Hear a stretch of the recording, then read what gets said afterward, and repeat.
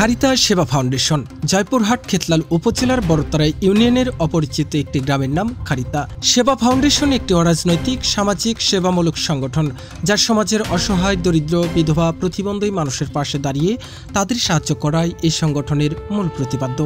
এরই ধারাবাহিকতায় 28 মার্চ শুক্রবার বিকেল 4 ঘটিকায় অসহায় দুস্থ প্রতিবন্ধী নারী পুরুষদের মাঝে ঈদ সামগ্রী সেমাই চিনি বিতরণ করা হয়।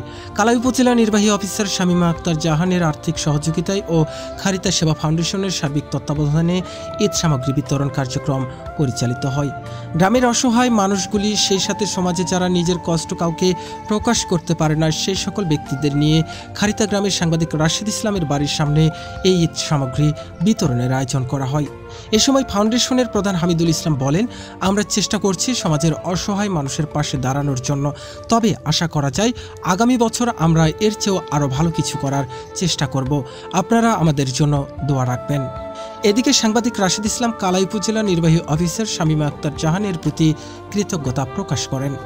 যুব সমাজের উদ্যোগে যেহেতু এটি হয়েছে এবং এটির সার্বিক সহযোগিতায় রয়েছেন আমাদের কালাই উপজেলা নির্বাহী অফিসার শামীমা আক্তার জাহান, তিনি আমাদের কিছু আর্থিক সহায়তা দান করেছেন এবং তারই পরিপ্রেক্ষিতে আমরা যুব সমাজ যারা রয়েছি এবং খারিতা সেবা ফাউন্ডেশনের যারা আমরা রয়েছি সদস্য, তারা সকলের প্রচেষ্টায় আমরা আমাদের গ্রামকে নিয়ে, আমাদের গ্রামের যারা অসহায় দরিদ্র ব্যক্তিবর্গ আছে বা যারা বিধবা রয়েছে, তাদেরকে নিয়ে আমরা একটা সুন্দর আয়োজন করতে চাচ্ছি এবং তাদের যে ঈদের আনন্দ, এই ঈদের আনন্দ ভাগাভাগি করার জন্য আমরা সর্বদা চেষ্টা করতেছি। তো আমাদের এই সংস্থা যেন আরও বড় হয়, আরও ভালোভাবে আমরা প্রতি বছর যেন এর চাইতে ভালো কিছু করতে পারি, এই আশায় আমরা সকলেই ব্যক্ত করছি।